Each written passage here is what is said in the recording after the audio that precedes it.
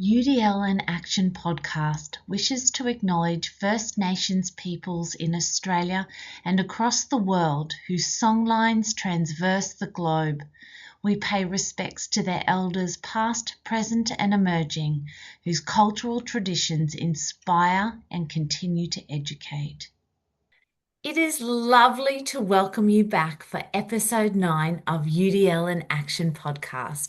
We are delighted that you are joining us as we explore inclusion, innovation, and the real world impact of universal design for learning in classrooms of every kind. I'm your host, Rebecca Rosenberg. In each episode, we respond to real questions from real educators, teachers and leaders who are embracing learner diversity and re-imaging inclusive practice. As always, I am joined by my talented co-host, Rhonda Laswell from Bartholomew Consolidated School Corporation in Indiana. Rhonda brings her expertise, insight, and hands-on experience built over decades to every episode. Rhonda, welcome back. Thank you. It's good to be here. As educators, we know that listening to students and bringing their perspectives into learning strengthens authenticity and engagement. Our questions today come from Nadia, who is a curriculum leader in a regional high school. She focuses on supporting diverse learners. Nadia's first question is, how can UDL guide the process of students co-designing the supports that best meet their learning needs? Ooh, well, first and foremost, you can ask them. They are usually very in tune with that. And what I would actually do at the beginning of my school year, way back when I was in the classroom, is I'd have each student fill out a note card, just with some basic things like I'd have them put their name and their birth date and things they might have as a preference for the positive behavior reward system that we had in place for reinforcing behaviors. But then I would also ask them some other questions like that about how they learn best and if there's anything that they think I should know that they don't want to say in front of anybody else. An example of one of those was I had a student who said she was petrified of standing up in front of the classroom to give any kind of report and that she would throw up. And so I just tell this story because I think this really illustrates Yeah. the question wholeheartedly. This particular student needed scaffolding in place to support her ability to give any kind of report. And so I said, don't you worry about it. We will figure this out and we'll take care of it. And so when we did our first project that had to be presented, she did it on lunch with a couple of friends. And Perfect. that was beautiful because she got to do it. There was nobody else in the room but her friends, Mm. and it went beautifully. And Mm. she felt like she had a lot of success from that. Then the next time that we did it, I let her bring a larger group. And then by the third 9 weeks, she did it in front of the class with a friend up there with her. And then by the fourth 9 weeks, she was able to get up there. So I'd say first and foremost, just ask, right? Because they know how they learn best. But I think what you will notice is if you look at the principles and guidelines and you design your room with all of the options that are available to you based on what you have. So for example, audio, video, make sure you're putting closed captioning on, giving note-taking guides, using word walls, personal dictionaries, all those things that help support the learning process. Students that will gravitate towards certain ones, will get used more. And then the ones that they don't, it doesn't mean that you don't need them there, but you'll Mm. get to know them and their preferences. You'll know how many kiddos will want a hard copy versus Mm. just looking at it on an LCD projector, right? That gets to be pretty common. And then another way to do that is to do something online with them. And that will tell you a ton about their ability to communicate in a way that's I don't know, secondary kids sometimes don't like to just say what they're thinking in front of everybody. I mean, they do in some regards, but when it comes to learning, not so much sometimes, right? And so if you can do something on some sort of digital platform as well, just to ask them, hey, do you prefer watching videos? Do you prefer watching or reading a paragraph? How do you like to get your information? Um, because if you ask them, they're probably mostly going to say they get most of their information digitally online, probably by scrolling on their phone. But that doesn't Yeah. mean that's how they learn Mm, best, right? And mm, so mm. by asking them those questions, you can really learn what their preferences are, but also too teaching them about it. At the secondary level, they can learn. They can learn what the principles and guidelines are. I would make sure my students knew what was about engagement, what was about representation, and how it connected to them, and how that was helping them comprehend information. And then I had a little abbreviation for those that I would put next to the things we were doing on the board. And I would say, hey guys, I know most of us in here prefer to watch a video. We got a few people that would prefer to read it. So if you want to step out, if you want to put your earbuds in and you want to read it, or if you just want to listen to it this time because it's really important that you get this information more than one way, hang tight with us and be patient. Just being transparent and being honest with them goes a long way, especially at the secondary level if they feel they have some sort of advocacy for their own self and agency where they can make that decision, then they will tune in much more to the content and to the learning versus just showing you task avoidant behaviors because they're not really into however things are going at that moment in the classroom. And so I just think that's really important at the secondary level to bring them into that conversation. I think that's wonderful. And by bringing them into the conversation, say, for example, that student that felt she just felt sick about presenting in front of her peers, but you listen to her voice and then it was almost like the process to build her confidence was scaffolded to a point that she's now able to not only present in front of the class, but how wonderful is that for her moving forward? I mean, who knows? She might end up being an amazing public speaker because of that opportunity that you provided her right back in the beginning. But I love that you've really reinforced not only acknowledging student voice and preferences, but that in response to that, that students' confidence and safety in the classroom to be able to succeed has, yeah, it's just flourished. That's wonderful. Yeah, and a really quick way to that, if you just want to do a cut to the chase thing, is ask them how they would like to be assessed. Because if you Mm, ask them how they would like to demonstrate what they know, that's probably how they want to learn it, yeah, right? yeah, yeah. Fantastic, fantastic. Thank you. Mhm. Nadia's follow-up question is, what strategies have you used to collect and act on student feedback about UDL? And how did that feedback influence the way you design learning experiences? Well, you've basically already said it. Would you like Well, to but summarize those thoughts?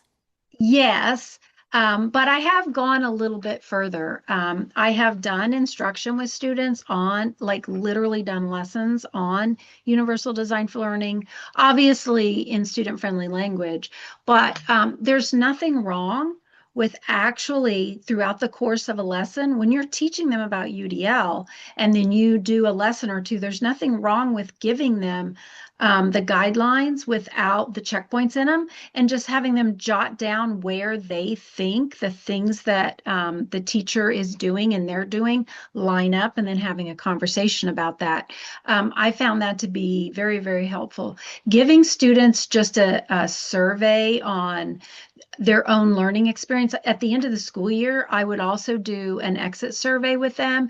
And time after time after time, kids would tell me, you listen and you teach us the way we each learn best. And that would happen over and over and over again. So, again, I think teaching them about it brings them into the learning process even more deeply, but then also occasionally checking in with them and making sure that that's actually happening. because they enjoy that. They enjoy that opportunity. Um, it's kind of cool because they're like, "Ooh, I get to assess the teacher today," because if you frame it kind of like I'm checking to see how well I'm doing at this, they see that as a challenge, right? And so it's enjoyable for them too. But it I is real love data you can look at and collect. Yes. And for us as teachers, so that we can continue to learn and improve on our practices. But I love the survey approach in that it's non-confrontational and everybody can respond the way that they authentically or honestly want to respond without any fear of retribution, so to speak, if they say something in front of their peers that others don't agree with. Right. That's And great. I mean, any chance they get to give the teacher a quote unquote grade, they're always going to be all over that. Like, totally. Yeah. Yeah, I love that. That's so good.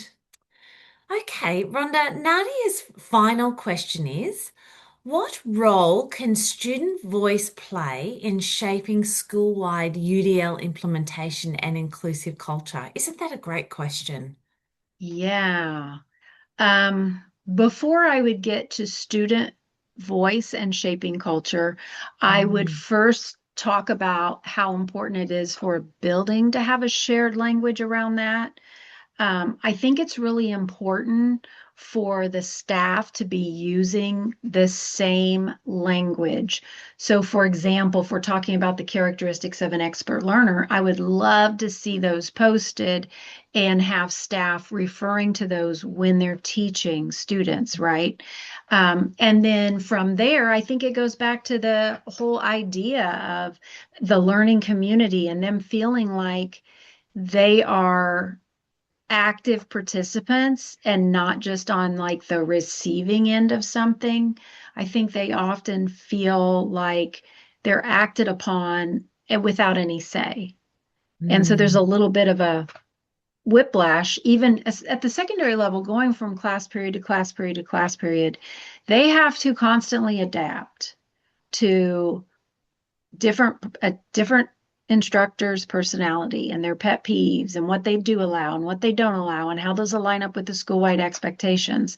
So I think the best way, and we've actually done this too at a building, we put out a Google form survey and we specifically asked them what kind of job we were doing at meeting their needs, at teaching them the way they wanted to be taught, at reinforcing their behaviors positively, and then what we could do better. And time after time after time, students almost always said the inconsistencies between classes was Ah. their biggest problem. And I think we could learn a lot from just that alone because they're saying what we want is a culture that is similar from place to place because that consistency helps the brain feel safe, makes it easier to get started and get engaged, and really helps them to feel like there's a cohesion taking place in the learning versus, oh, you got so and so. Well, good luck with da da da da da, right? We kind of all know that those things happen. So I think that just literally giving them like a Google Form survey, which is super easy to do. And I think that feedback will help shape the culture. If you take that feedback seriously and you use it, they will give you the answers to what it is they're looking for. And I'm going to bet that it's going to say something about the culture being similar and fair and equitable from environment to environment to environment throughout the course of their day at the secondary level. And once again, if they see certain things change within classroom contexts, because in response to the survey outcomes, that's going to build their student agency or their learner Yes. agency, as well as feeling as though they're in a safe context because they're heard. That you genuinely wanted to know what they thought, and you've responded to what they've said. Can I ask then, in that particular example, for that context? Yeah. What was one thing that leadership did in response to the outcome of the survey so that there was more consistency taking place in classrooms? Let me think. One thing specifically, and this was related to behavior reinforcement, they immediately made sure that they were identifying. So we had one environment that was positively reinforcing behavior regularly.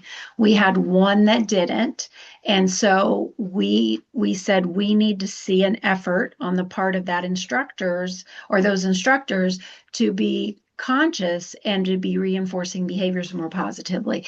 And we did see that change, and it made a big impact in the students feeling like they belonged and that they were appreciated in that environment. And it really helped them to feel like their efforts to do the right thing were actually being reinforced. That's one in particular that I remember. Another one was a teacher. Um,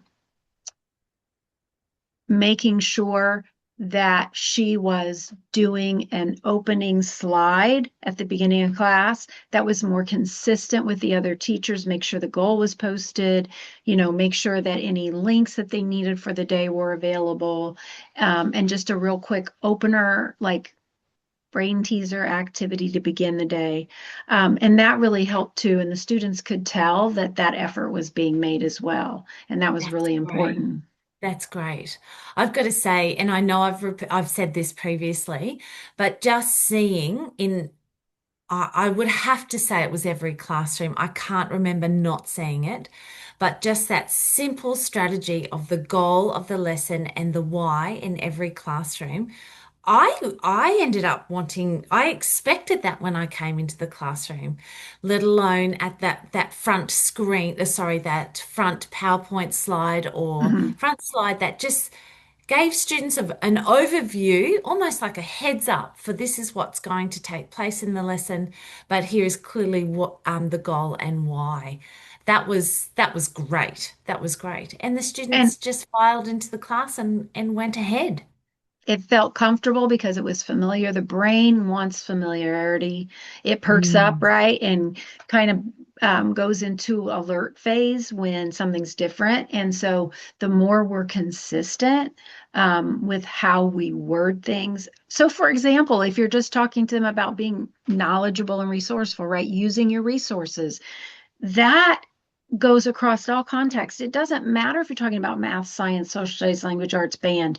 Using your resources is being resourceful, and positively reinforcing that's good. But when you refer to that and say, hey, by the way, reminder, you have your personal dictionary that you can pop out if you want to take any notes or draw any pictures in, use your resources. So, and then that's also then referring them back to one of the characteristics of an expert learner. And again, those kinds of things and that vocabulary can be used in every single classroom. It doesn't matter what content. It doesn't matter what content, and actually everything you're saying just is highlighting to me the benefits of being proactive rather than being Yes. reactive. Yes. And your examples have just highlighted that so perfectly. So thank you once again for your insight and practical know-how. Before we wrap up though, what's one takeaway you'd love our listeners to walk away with today? Ooh, I think it just keeps coming up when I talk about UDL and I think about how the brain learns best. And I think it's consistency and predictability. I think those two things, above all, will always, hands down, be the thing that helps a student calm their brain and be able to learn. And the more that we can do that across context, the better. So it's just that consistency and that predictability. Wonderful, wonderful. Thank you. Well, a big thank you to our listeners for your insightful Yes. questions. And thank you to all of you leading this important work. If today's episode sparked ideas or reflections, we'd love to hear from you. You can email us at udl.in.action.podcast@gmail.com. And if you'd like the show notes or resources mentioned, just get in touch. Until next time, keep designing for possibility, not predictability. This has been the UDL in Action podcast. Subscribe, share, and keep the conversation going. We'll see you next time. Bye for now. Toodaloo.